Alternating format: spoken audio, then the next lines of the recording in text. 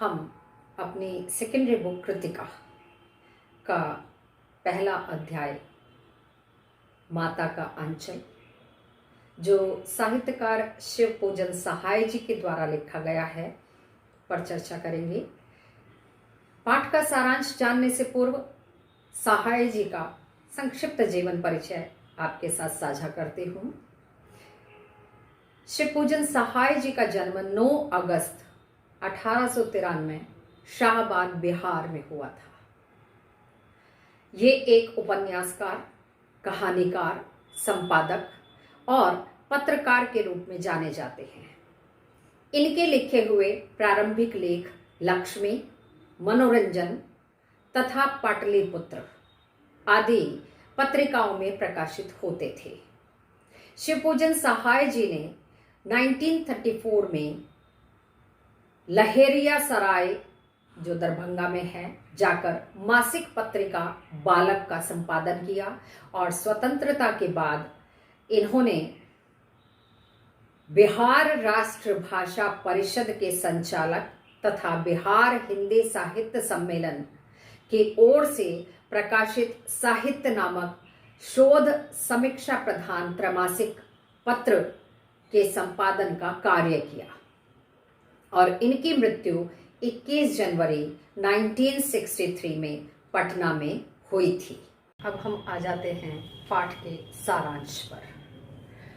पाठ के सारांश से पूर्व मैं 2-3 सेंटेंसेस में पाठ को स्पष्ट कर देती हूँ।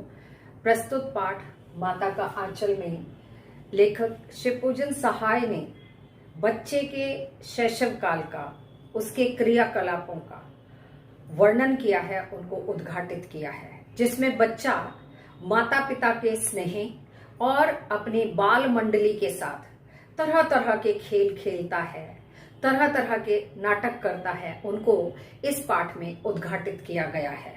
लेखक ने साथ में यह भी स्पष्ट किया है कि बालक भले ही पिता के साथ सब ज्यादा समय बिताए, खेले, खाना खाए, सोए, उठे बैठे, पूजा पाठ में बैठे, परंतु जब बच्चा किसी भी आपदा में होता है, मुसीबत में होता है या अपने आप को संकट में महसूस करता है, तब वह जाकर पिता के आंचल में नहीं बल्कि माता की गोद में, उसके आंचल में जाकर ही शरण लेता है, संरक्षण लेता है। क्योंकि बच्चे को सबसे अधिक विश्वास और संरक्षण अपनी माता से प्राप्त होता है। उसे लगता है कि उसकी माता उसे हर संकट से बचा सकती है, निजात दिलवा सकती है। यही बात इस पूरे पाठ में एक के बाद एक घटना के माध्यम से यहाँ स्पष्ट की गई है। इसीलिए मैंने इस पाठ के लिए आपके लिए 8 की पॉइंट तैयार किए हैं, पाठ का सारांश स्पष्ट करने के लिए, जिसमें बचपन से पिता के साथ भोलानाथ, तारकेश्वरनाथ अधिक समय व्यतीत करते थे।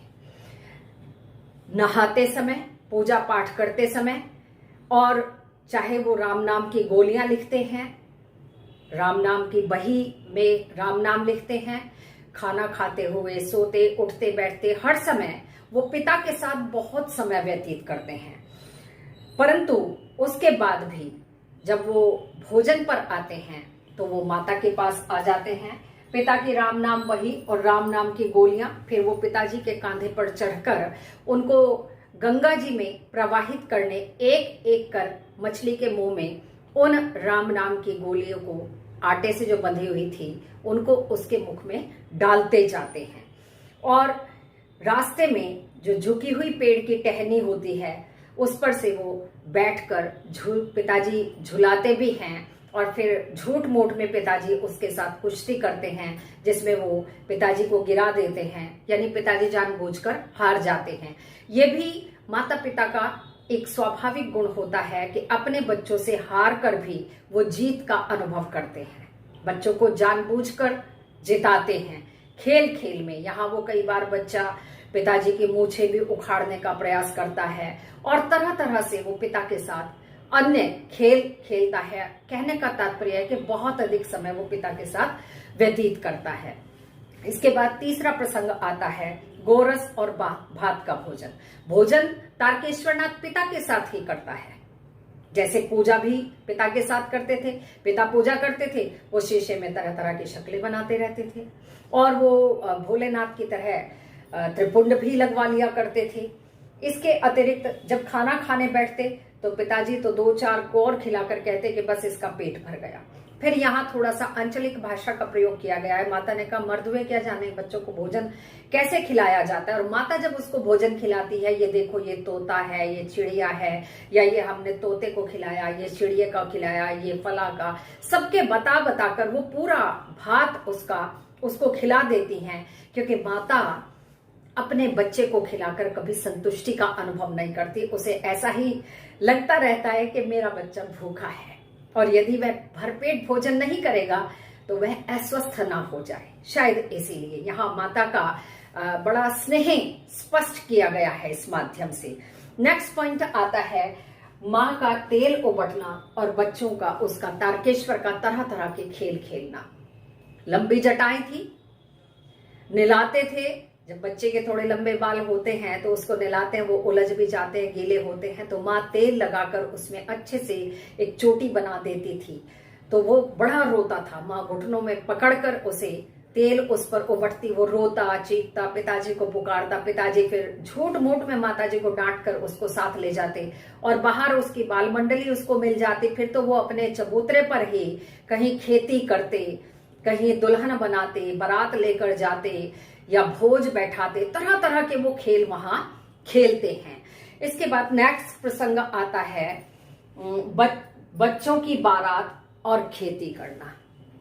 बच्चे जो है वो कनस्तर, टूटा हुआ कनस्तर ले लेते हैं, उसको बजाते हैं, या जो आम की गुठली है उसे धरती में जब बो देते हैं उसमें से पौधा निकल आता, फिर उसको घिसकर अमोला, उसको जब बजाओ तो उसमें से बहुत सुंदर आवाज निकलती है। तो वो अपने तरीके से कनस्तर को बजाते हुए, अमोले को बजाते हुए बारात निकालते थे कि बारात जा रही है। एक दुल्हन भी वो छोटे छोटे गुड्डे गुड्डियों का खेल खेलते थे। चबूतरे के एक सिरे से बारात चलती थी, दूसरे सिरे पर जाती थी, और वहां से फिर दुल्हन को वो हार उड़ाकर वो लेकर आते थे, विदा कराकर लेकर आते थे। बीच बीच में पिताजी भी पूछ बैठते थे कि बहू कैसी आई है, क्या कर रहे हो, या भोज पर मैं भी आ जाऊं। फिर वो खेती करते थे और फसल को तोलने का काम भी करते थे। छोटे छोटे जो मिट्टी के दिए होते हैं वो उनके तराजू बन जाती थी, पीपल के पत्ते उनकी पूड़ी कचौड़ी बन जाती थी, और जो मिट्टी के ढेले होते थे वो उनके लड्डू बन जाते थे, मिठाइयां बन जाते थे। तो इस तरह के खेल वो बच्चे तरह तरह के खेला करते थे। फिर एक प्रसंग आता है कि पालकी में एक दुल्हन को जाते हुए देखते हैं वो, और दूल्हा जो था वो थोड़ा अधेड़ उम्र का था, तो वो कहते हैं कि पालकी में जो दुल्हन जा रही है वो हमारी दुल्हन है। अब इतना कहना था, वो बेचारा जो पति था तो परेशान हो उठता है कि ये तो बच्चों की टोली है, ये कहीं ऐसा ना हो कि झपट ले, ज्यादा लोग हैं, और वो डर जाते हैं, वो उन्हें मारने के लिए दौड़ते हैं, और वो फिर भी उन्हें लगातार चिढ़ाते रहते हैं। इसके बाद नेक्स्ट की पॉइंट आता है मूसन तिवारी को चिढ़ाने का। मूसन तिवारी को देखते ही वो चिढ़ाना शुरू कर देते हैं और उन्हें तरह तरह से अपनी उन्होंने तुकबंदियां बना रखी थी, जिनके द्वारा वो करेले का चोखा कहकर उनको चिढ़ाया करते थे, और वो चिढ़ भी जाया करते थे। फिर वो उनकी शिकायत लगाने उनके घर आते थे, और बहुत सारी उन्होंने तुकबंदी की हुई थी। 1 पैसा की लाई, बाजार में छितराई, बरखा उधरे बिलाई, या माई पकाई गरम गरम पोवा, हम खाइब पोवा, ना खेलब जुआ। तरह तरह की तुकबंदी हमने भी अपने बचपन में बहुत सारी तुकबंदियां बना रखी थी। या चिड़िया के खेत में जब वो चले जाते हैं तो वो एक एक करके कंकड़ मारकर, चिड़िया जबकि वहां दाना चुग रही थी, तो वो उन चिड़ियाओं को भगाने लगते हैं। एक प्रसंग बीच में आता है कि वो विद्यालय से बंक कर लेते हैं और बाग में चले जाते हैं। बाग में जाकर बारिश शुरू हो जाती है, चूहे के बिल में वो पानी डालते हैं, और वहां से भगवान शंकर का सांप निकलकर जब आता है तो वो भागते हैं, उल्टे सीधे दौड़ते भागते, कैसे कैसे वो भागकर जब घर आते हैं, मुंह से कुछ भी नहीं निकल पाता। बाहर पिता पूछते हैं कि बेटा क्या हुआ क्या हुआ, पर वो कुछ नहीं बोलता। घर में आकर वो सीधा माँ चावल बीन रही होती हैं, साफ कर रही होती है, उनके गोद में जाकर छिप जाता है, मुंह भी कांप रहा है, हाथ पैर में कंकड़ से चोट लगी हुई है, खून भी आ रहा है। माँ उसे गोदी में दबोच लेती है, बार बार पूछती है, पुचकारती है, चूमती है कि बेटा क्या हुआ। वो केवल सा सा ही बता पाता है, पूरा सांप तो कह नहीं पाता। और फिर वो बड़ा उसको चिपका कर दुलारती है। और कहने का तात्पर्य है कि शीर्षक माता का आंचल यहाँ सार्थक हो जाता है, क्योंकि बच्चा पिता के साथ, बच्चों की टोली के साथ कितना भी समय दिन भर में व्यतीत कर ले, परंतु अंततः जब वह अपने आप को संकट में पाता है तो उसे माता की ही याद आती है और वह दौड़कर भागकर माता के आंचल में छिप जाता है, क्योंकि बच्चे को अपने माता की गोद में संरक्षण का अनुभव होता है और वह आश्वस्त होता है कि उसकी मां उसे हर संकट से बचाएगी। सो स्टूडेंट्स, इस अंक में यहीं तक, और अगले अंक में मैं अभ्यास प्रश्न उत्तरों के साथ आपके समक्ष आऊंगी। धन्यवाद।